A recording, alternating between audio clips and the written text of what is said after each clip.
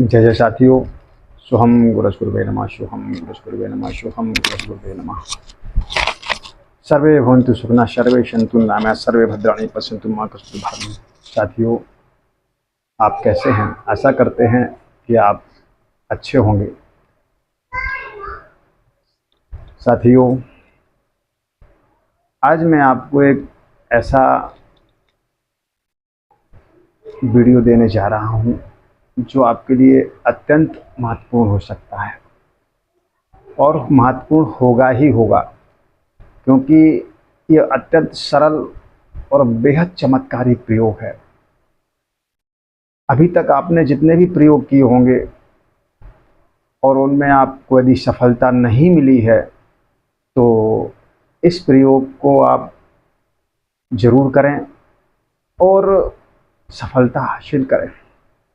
इसमें 100% आपको सफलता मिलेगी, क्योंकि यह सिद्ध और आजमाया हुआ प्रयोग है। ये मुद्रा तंत्र का प्रयोग है। तो इसमें होगा क्या? यदि ये प्रयोग आपने नियम पूर्वक, जो मैं नियम बताऊंगा उसके अनुसार आपने कर लिया, तो निश्चित मानिए कि आप सफल होंगे और इससे आपको सारे कर्जों से आप मुक्त हो जाएंगे और कई अनेकों रास्तों से धन का आगमन शुरू हो जाएगा और जो आकस्मिक खर्चे आपके बढ़ जाते हैं वो खर्चों पे लगाम लगेगी। ऐसा शास्त्र का विधान है। तो साथियों, इसमें करना क्या है? ये बहुत सरल प्रयोग है।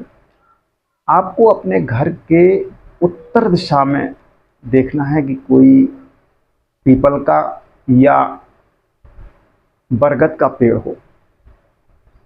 आपको कब करना है? ये शनैश्चरी अमावस्या को आप इसे कर सकते हैं। यदि शनैश्चरी अमावस्या ना हो तो किसी भी अमावस्या के ठीक पहले वाला, यानी अमावस्या है उसके पूर्व में, कृष्ण पक्ष में, जो भी उसके पूर्व का शनिवार हो उसमें आप इसे कर सकते हैं। अब आपको करना क्या है? आपको उस पीपल वृक्ष के पास 2 अगरबत्ती लेके जाना है। ब्रह्म मुहूर्त में सूर्योदय से पूर्व आप नहा लीजिए और नहा करके, स्नान करके, पवित्र होकर के आप जाइए और उस वृक्षराज को प्रणाम करिए जाते ही, और उनसे क्षमा याचना करके एक पत्ता उनसे मांग लीजिएगा। पत्ता मांग के ही लाना है, आप उनसे मांगिएगा और पत्ता आप सावधानी पूर्वक तोड़िएगा कि वो पत्ता आपके शरीर के घर तक आते समय भी किसी भी दूसरे अंगों से टच ना हो, दूसरे अंग से ना छुएं। ऐसा सावधानी पूर्वक पत्ते को घर पे ला करके उसे बढ़िया जल से धोइए, शुद्ध जल से, फिर गंगा जल से धोइए।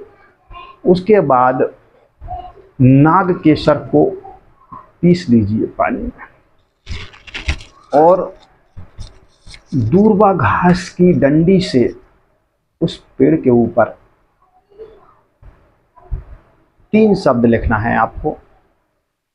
पहला शांति रस्तु, शांति रस्तु। दूसरा पुष्टि रस्तु। तीसरा तुष्टि रस्तु। ये 3 शब्द आप उसमें लिख लेंगे। लिखने के बाद उसका पूजन करेंगे। धूप, दीप, चंदन, कुमकुम इत्यादि से उसका पूजन आप करेंगे और पूजन करने के बाद हाँ, उसको ला करके एक बाजोट पे रखना है, एक लाल कपड़ा बिछा करके उस पर ही उसका पूजन आप करेंगे अपने मंदिर में। तो जब पूजन कर लें आप, पूजन करने के बाद आप उस पत्ते को उठा करके किसी भी धार्मिक ग्रंथ में रख दें। आपके पास धार्मिक ग्रंथ तो होंगे, हर घर में होते हैं, तो धार्मिक किसी ग्रंथ के बीच में उसे रख दें ये आपका काम एक दिन का हो गया। अब इंतज़ार करिए अगले शनिवार का।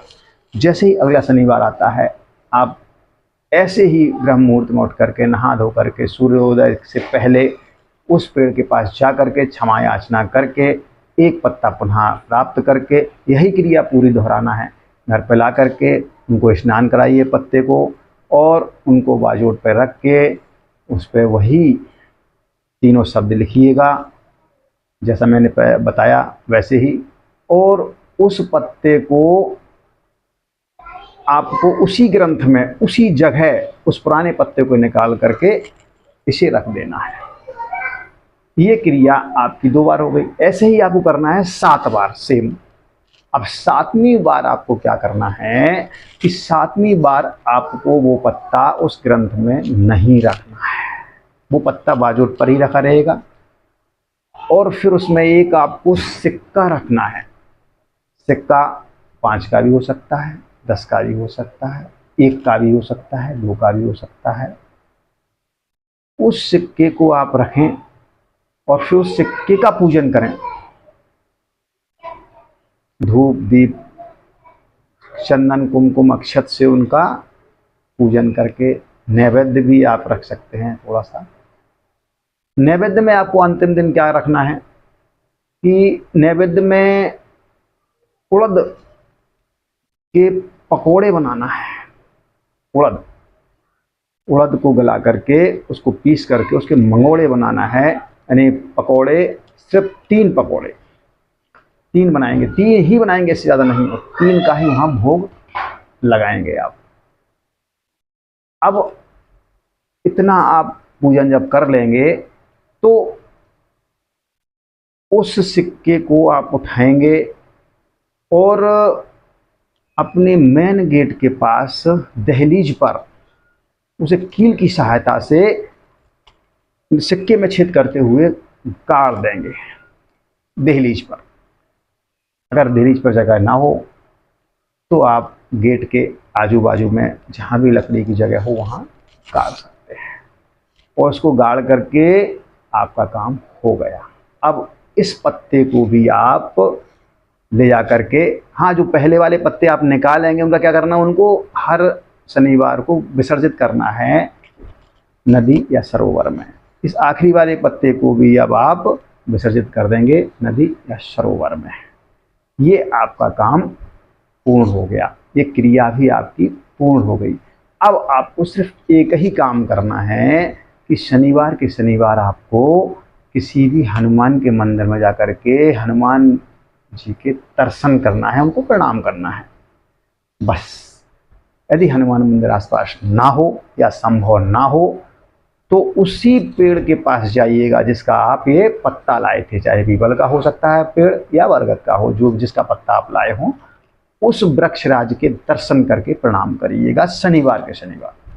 आप देखेंगे आपके कर्ज चुटकियों में समाप्त हो जाएंगे और आपको धन के अनेकों मार्ग खुल जाएंगे। कई रास्तों से आपको धन आना शुरू हो जाएगा और आकस्मिक जो अचानक के खर्चे आपके होते हैं वो भी आपके बंद हो जाएंगे।